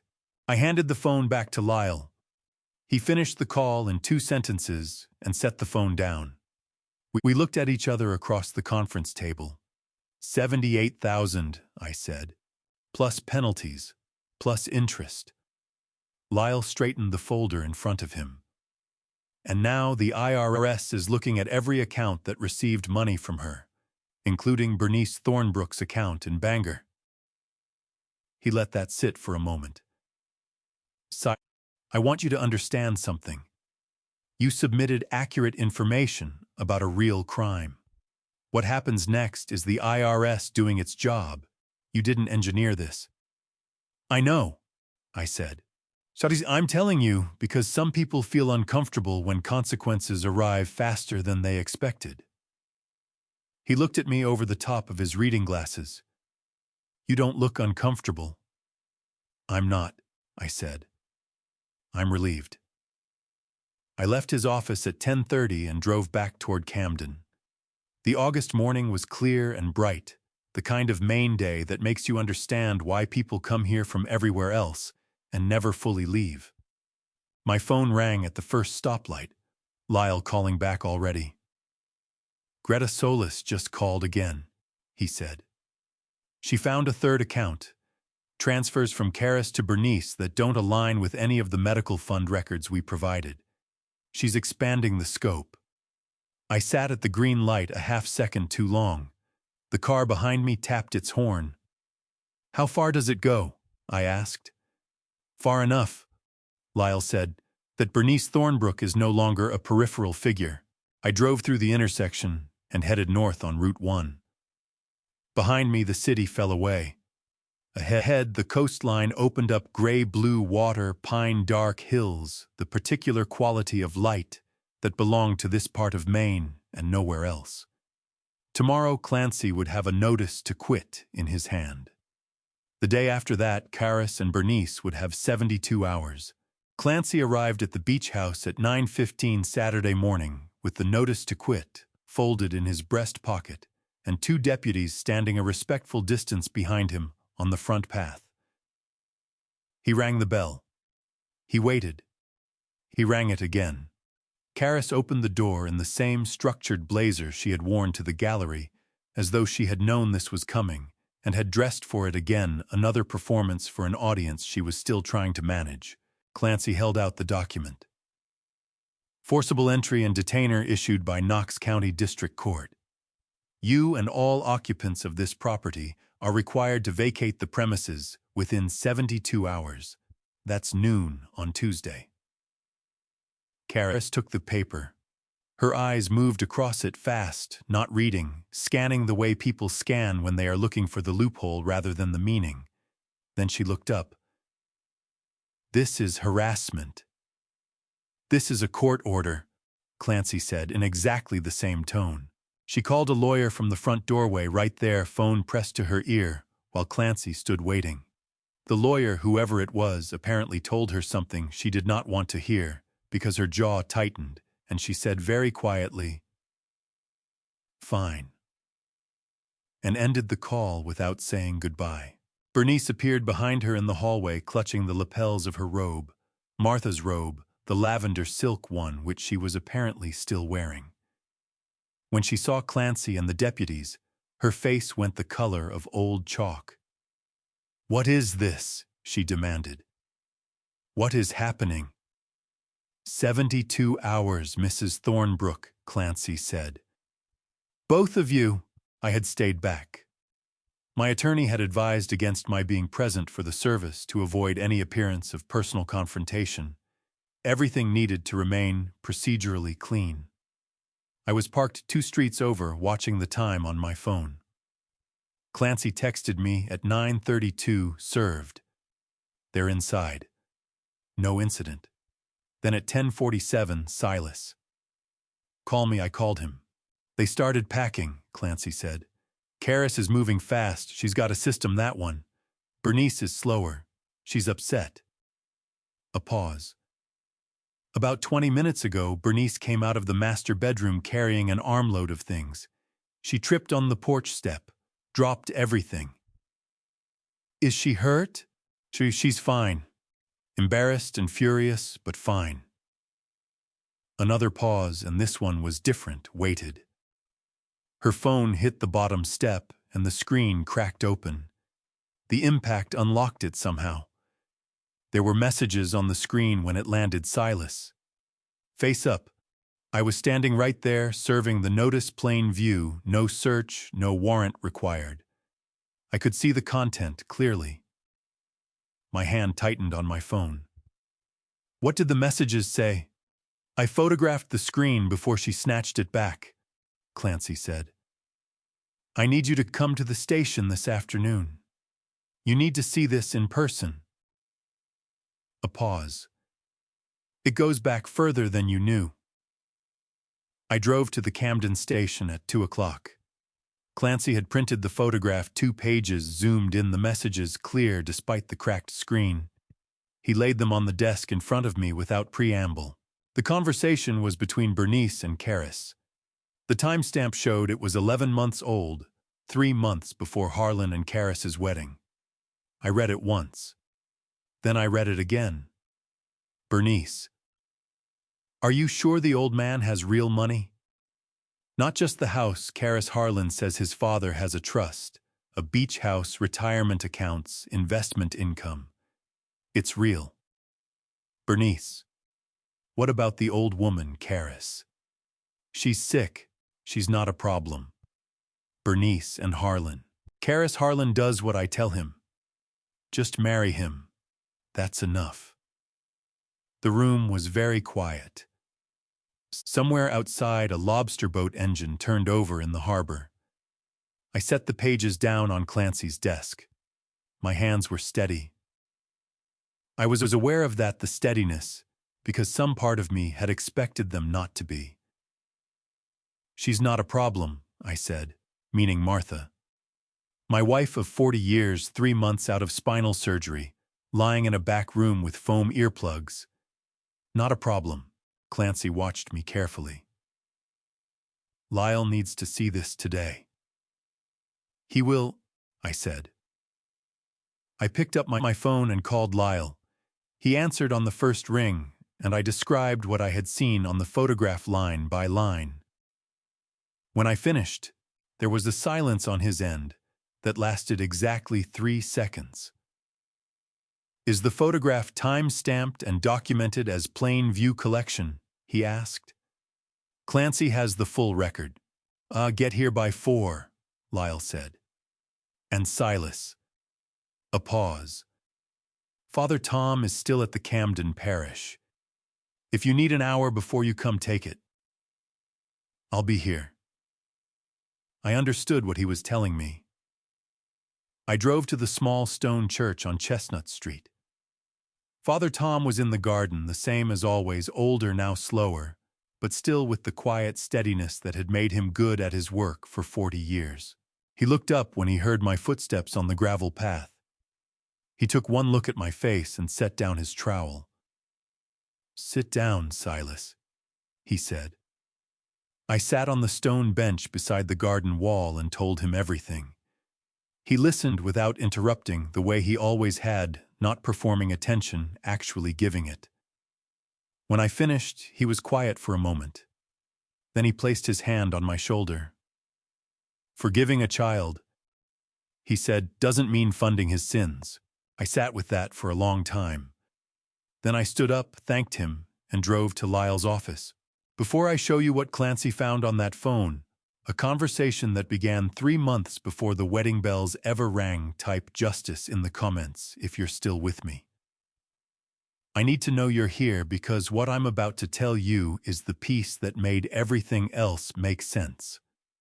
Please note this story contains fictional elements woven in for narrative depth. If you'd prefer to step away before we go further, there's no judgment in that.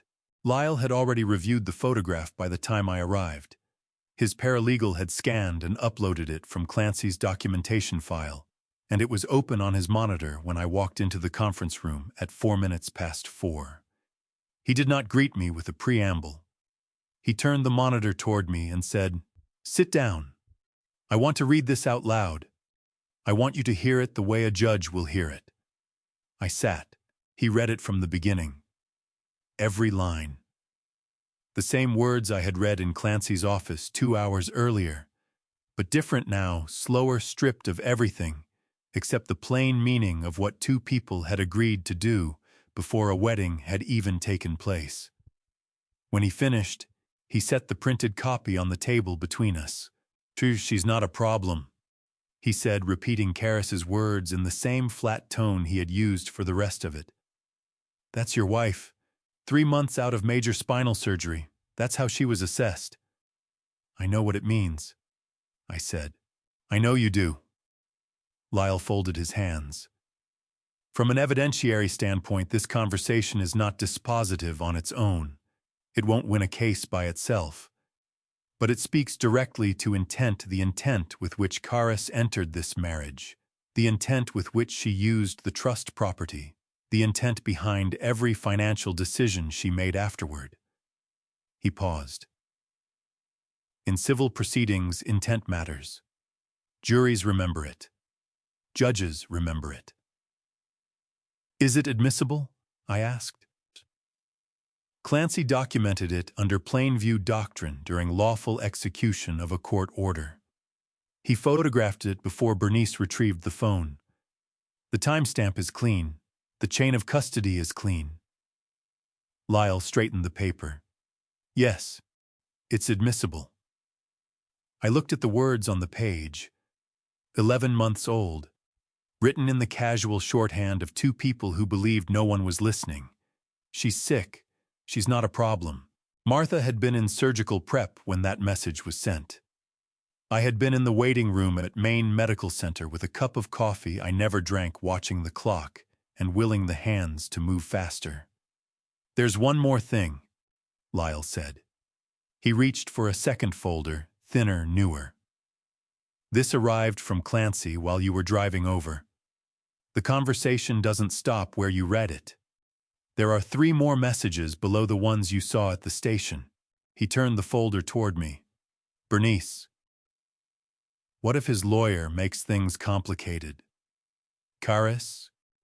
He's an engineer. He thinks in straight lines. By the time he figures out what's happening, it'll already be done. Bernice, smart girl." The tightening in my chest arrived so fast and so complete that I had to press my back into the chair to stay upright. Not because the words were surprising, they were not anymore, but because they were so precisely, so efficiently wrong about the man they were describing. He thinks in straight lines. I had spent 31 years on ships in the North Atlantic, where thinking in straight lines was the fastest way to drown. Maritime engineering was not about straight lines.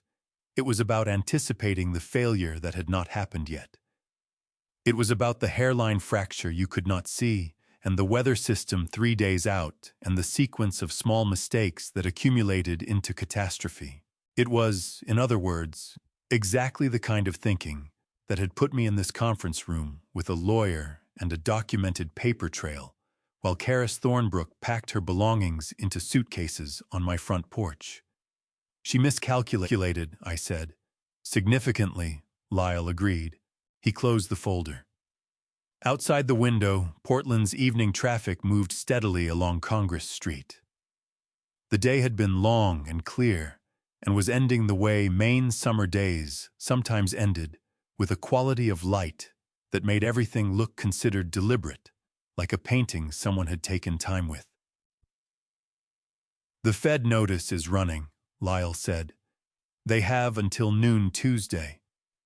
Clancy has both deputies on rotation through the weekend in case there's an attempt to remove fixtures or additional trust property from the premises." He paused.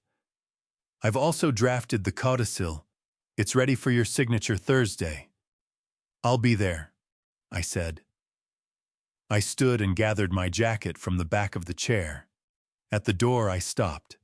"Lyle, when this is over," I paused, choosing the words carefully, "I don't want a victory.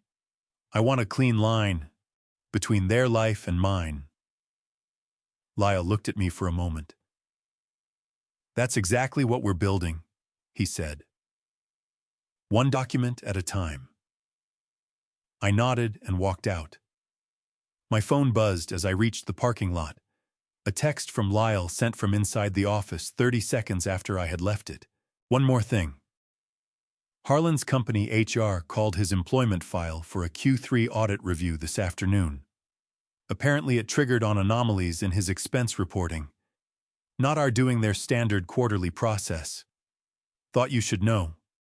I read the message twice. Then I put the phone in my pocket and looked up at the sky over Portland, still blue at the edges, going gold at the top. The kind of August evening that made it hard to believe anything complicated was happening anywhere in the world.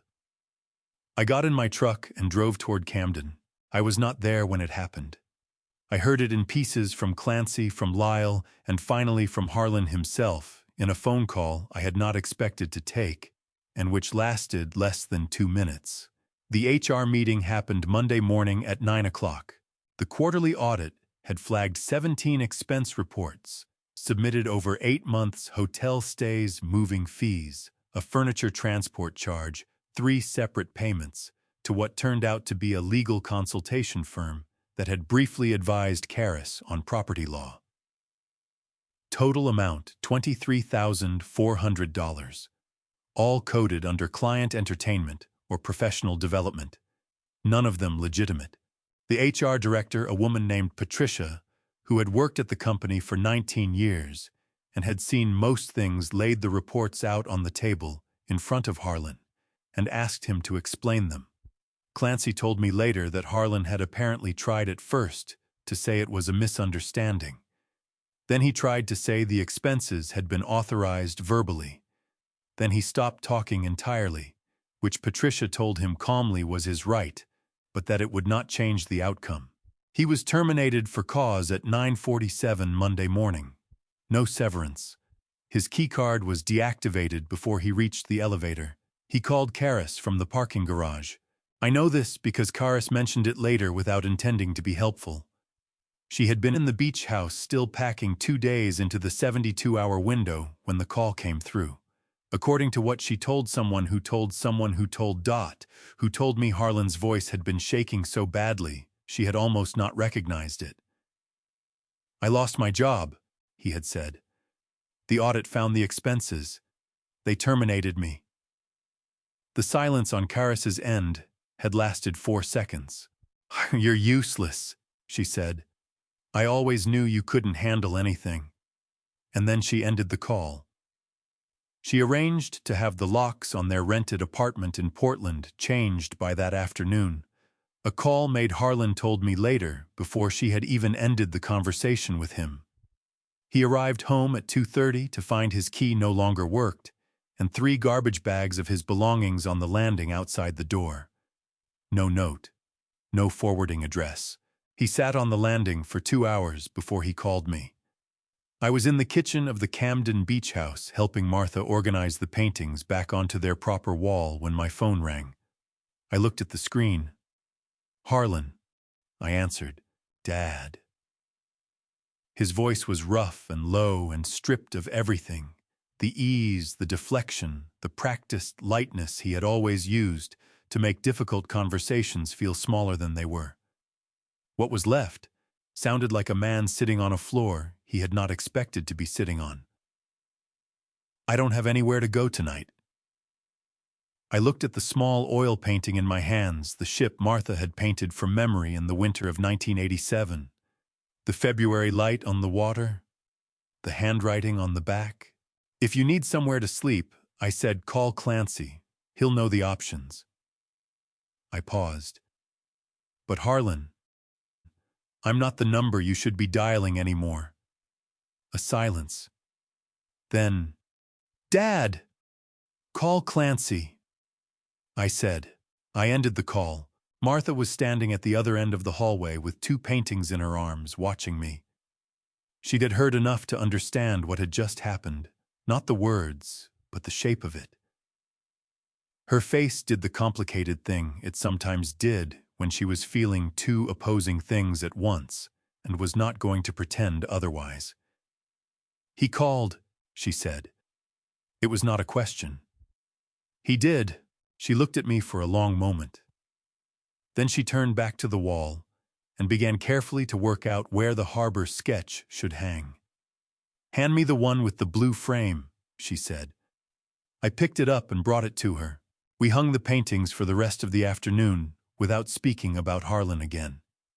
Each one went back in its place.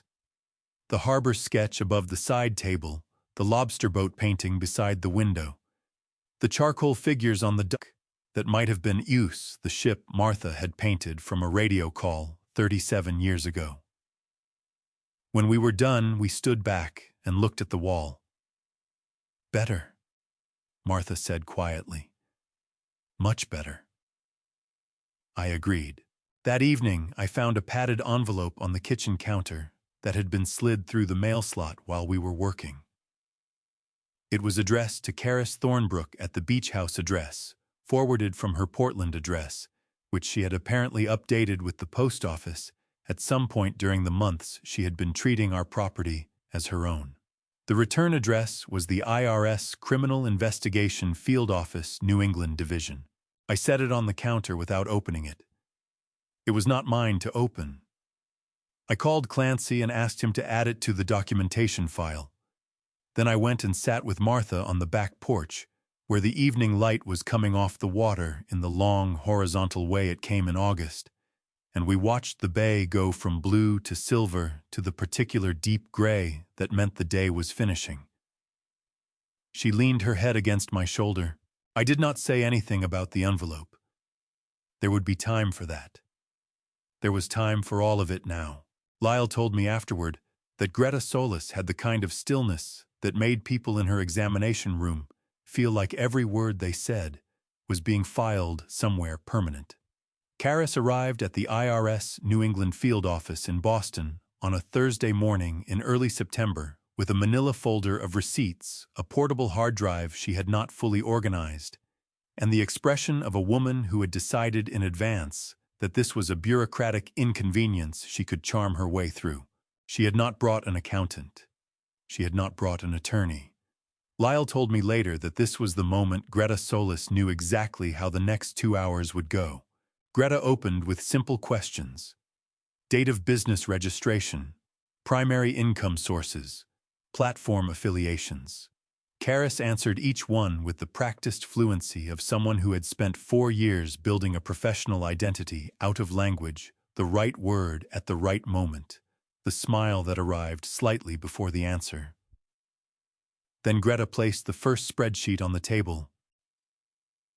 "This is a reconstruction of your estimated platform earnings for the past 3 fiscal years," she said, cross-referenced with your filed returns.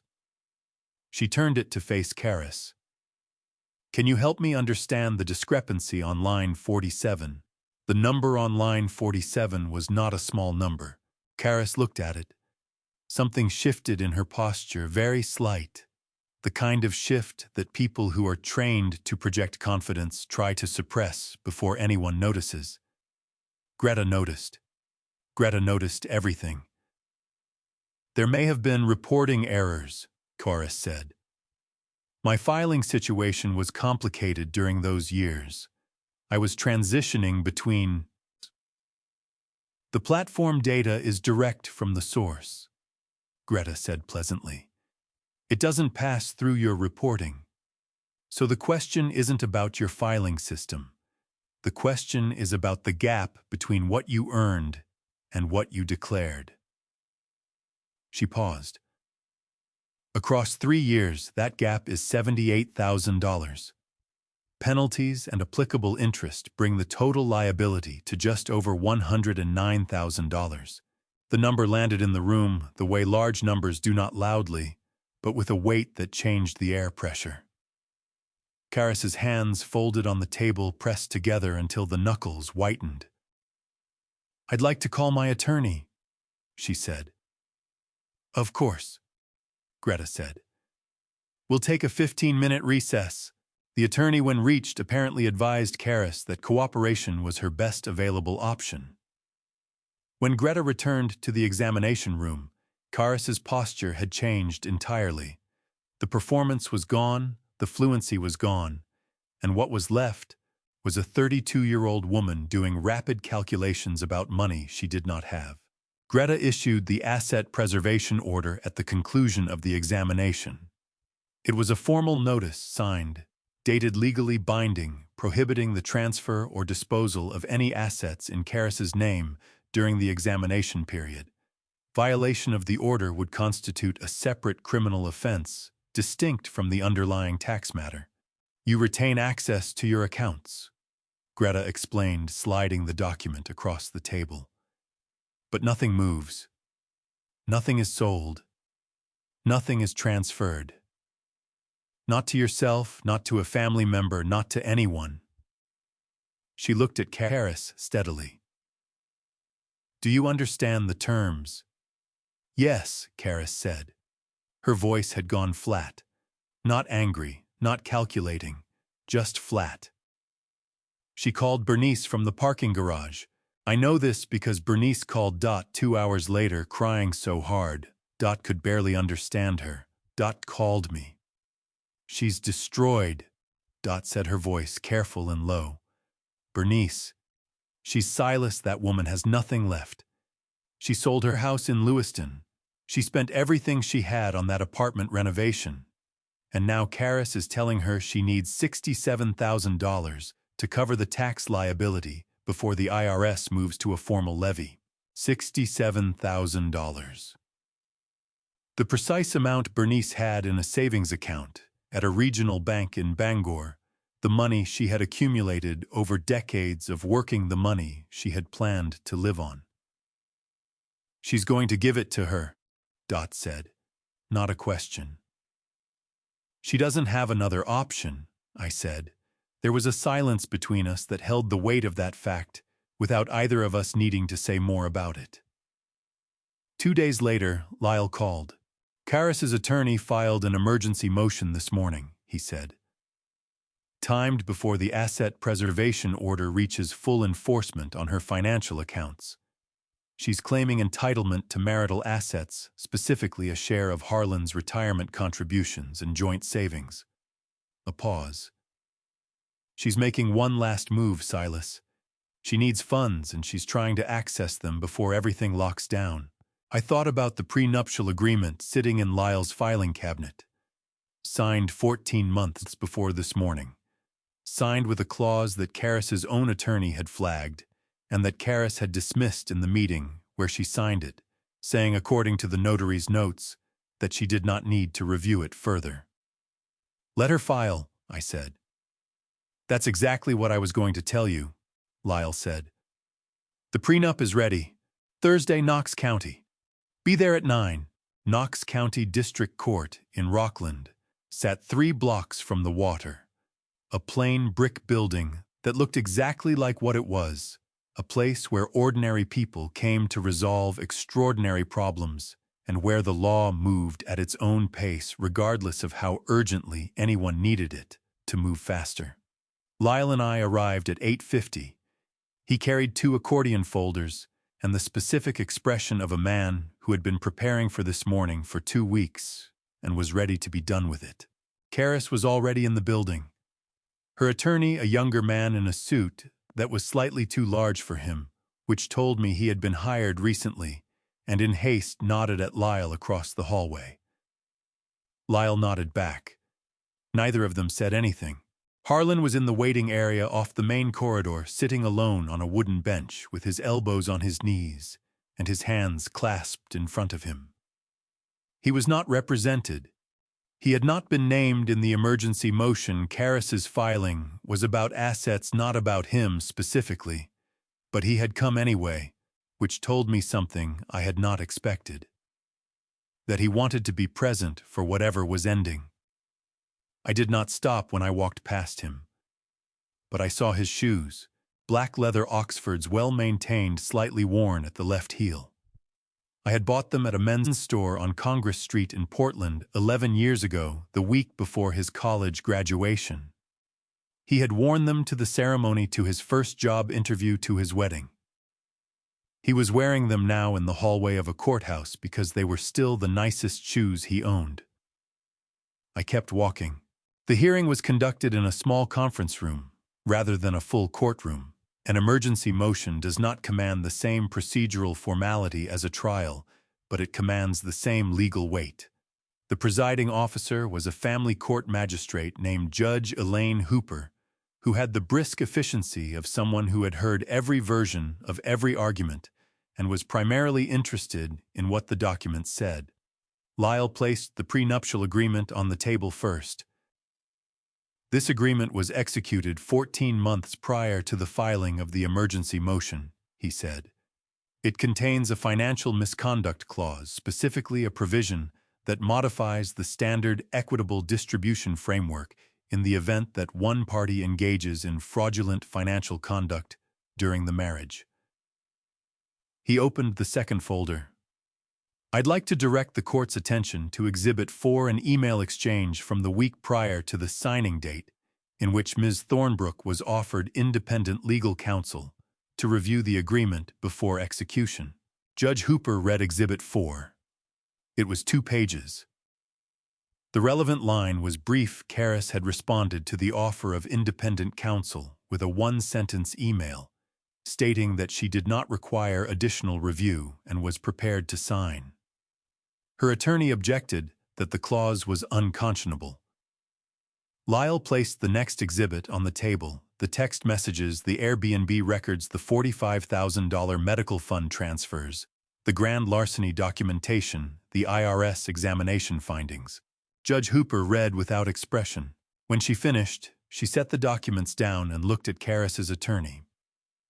Counsel, the unconscionability argument requires a showing that the agreement was unreasonably one-sided at execution and that your client lacked meaningful choice.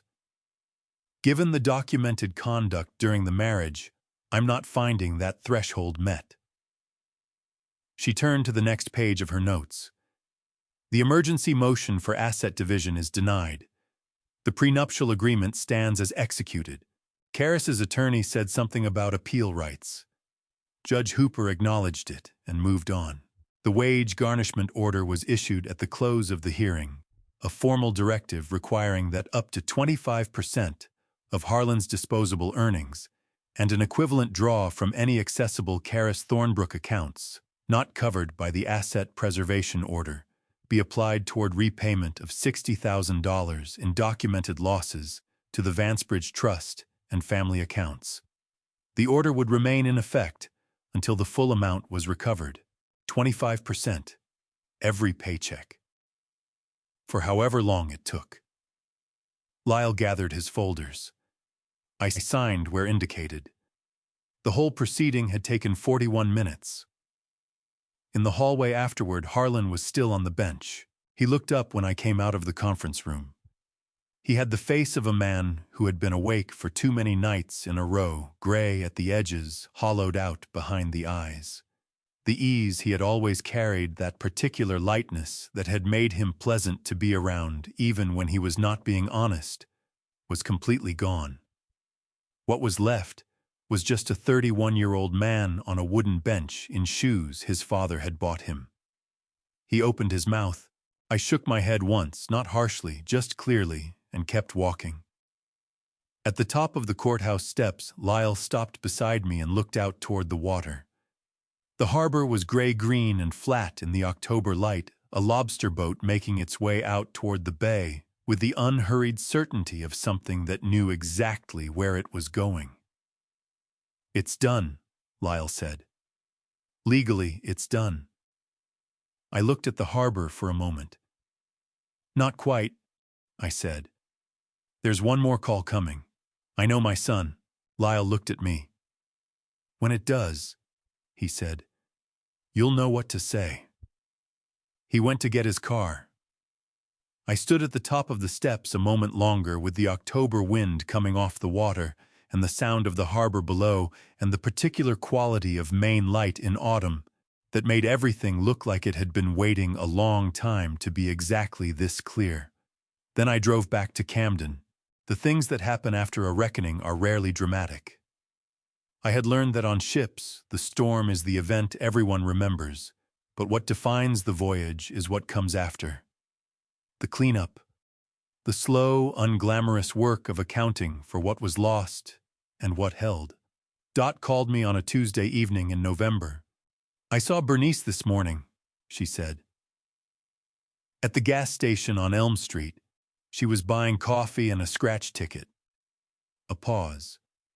"She's staying with a cousin in Bangor." She looked. Dot stopped searching for the word. Small. She looked small, Silas.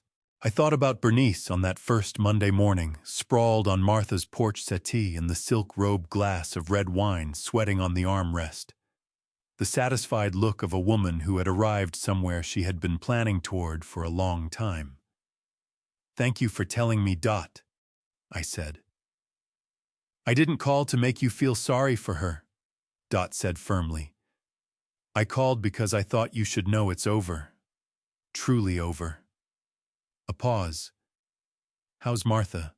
"She walked to the end of the driveway and back yesterday," I said, without holding on to anything. Dot made a sound that was equal parts relief and joy. "Good," she said. "That's very good." It was Marcus Webb who told me about Route 1. He called on a Friday afternoon in December, his voice carrying the hesitation of someone uncertain whether the information he had was welcome. "I filled up at the Sunoco past the Scarborough interchange last night," he said. "Silas." Karis was working the register. I did not say anything for a moment. "She didn't recognize me," Marcus continued. "Or if she did, she didn't show it. I paid, she gave me my change, and that was that." He paused.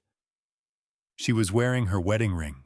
The wedding ring, still on her hand 2 months after a judge had told her she had no legal claim to the marriage she had constructed so carefully. I did not know what to make of it. I was not sure I needed to. "I thought you should know," Marcus said. "I'm not sure why exactly." "Because you're a decent man who's been a good friend for 26 years, I said. "That's why." I told Martha that evening while we were making dinner. Not everything, just the broad shape of it. She listened the way she always listened, turning things over quietly before she responded. "The ring," she said, finally reaching for the salt. "That's the part that stays with you, isn't it?" "I can't decide what it means," I said. Martha set the salt down and looked at the pot in front of her. "Maybe it means she hasn't decided either. About which story she tells herself about what happened." I thought about that for a long time. The truth assembled in pieces from what Lyle and Clancy and Dot and Marcus had gathered over the preceding months was that Karis Thornbrook had lost most of what she had built. Not the parts built honestly, there had been some of those, a real following, a genuine skill for language and image. Those were still hers.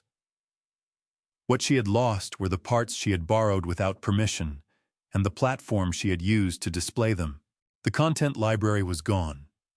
The accounts were gone. The industry contacts had gone quiet after the grand larceny documentation entered the public court record. She was making $8.40 above Maine minimum wage at a Sunoco on Route 1, working the overnight shift, applying 25% of every paycheck toward a debt that would take years to clear. Bernice had nothing. Less than nothing. She had traded everything she owned for a promise her daughter could not keep, and the accounting of that trade was something she would be living with for a long time. Harlan was managing. That was the word Clancy used, managing. A marine supply warehouse in South Portland, hourly work, a studio apartment in Westbrook. He was paying his garnishment obligation on time. That was the only information I had asked for, and I had not asked for more. Some evenings, sitting on the porch with Martha, I thought about the way systems fail. Not the dramatic kind, the explosions, the collapses everyone sees and remembers. The other kind, the slow failures. The ones that begin with a decision so small it barely registers and end years later with something that cannot be repaired. Harlan had made those decisions. Karis had made those decisions. Bernice had made those decisions. Each one had seemed in the moment like a reasonable extension of the one before. None of them had seemed from the inside like the beginning of an ending. That was the thing about consequences. They did not announce themselves. They accumulated quietly, invisibly, the way a hairline fracture accumulates stress. And then one ordinary morning, they arrived all at once. I knew something about that. Martha reached over and put her hand on mine. Outside, the November wind moved through the pines along the property line, and the bay was dark and indifferent to everything that had happened on its shore. "Are you thinking about Harlan?" she asked. "I'm thinking about all of it," I said. She left her hand where it was. She understood after 40 years that some things did not need a response, only presence. From somewhere down the street came the sound of a phone ringing in an empty house. A neighbor's landline, the kind nobody answered anymore. It rang 6 times and stopped. We sat in the quiet that followed Martha's hand warm on mine, the bay, doing what the bay always did. I thought not yet. Not the call I was waiting for. But soon. September came back to Camden the way it always did, quietly, without announcement, dropping the temperature 10 degrees overnight and turning the light more golden than it had been in August. It had been 1 year since I drove up Route 1 with a pill organizer on the passenger seat and found a name that was not mine on the mailbox. The house was itself again. The paintings were back on the walls, every one of them in their proper places. The harbor sketch above the side table, the lobster boat beside the window, the small oil painting Martha had made for me in the winter of 1987, hanging above the fireplace where it had always belonged. The main bedroom had its ocean view back. The ring light and the pink backdrop and the welcome card for Seabird Cottage were gone, as though they had never existed, which was legally and practically the most accurate way to describe them. Martha was asleep in the main bedroom when the phone rang at 11 minutes past 11. An unfamiliar number, a 207 area code, a payphone exchange, the kind kept operational more by municipal inertia than actual demand. I knew who it was. I answered. The connection had the hollow quality of a public phone. Ambient sound in the background. The electronic distance of a line that was not a personal device. Dad. Harlan's voice came through rough and stripped of everything except the bare fact of itself. He sounded older than 32. He sounded like a man who had been carrying something heavy for a long time and had not found anywhere to put it down. "I've been trying to find the right time to call. I don't think there is a right time." He stopped, started again. "I'm sorry. I know that doesn't fix anything. But I need you to know that I understand what I did." I sat with his voice for a moment. Through the window, the bay was dark and wide, scattered with the lights of lobster boats at their moorings. The same view I had looked at the night we signed the papers on this house 11 years ago, Martha beside me, both of us thinking about what it meant to have a place that was yours. I looked at the painting above the fireplace, the ship, the February light, the handwriting I knew by memory for Silas. February 1987. The ship you told me about. I took a slow breath. "What I gave you before," I said, "was out of a father's love. Every dollar, every decision, every year I worked while you were growing up, that was love. It wasn't an investment. It wasn't a transaction." I paused. "What you have today is the result of the law and the choices you made. Those two things are separate.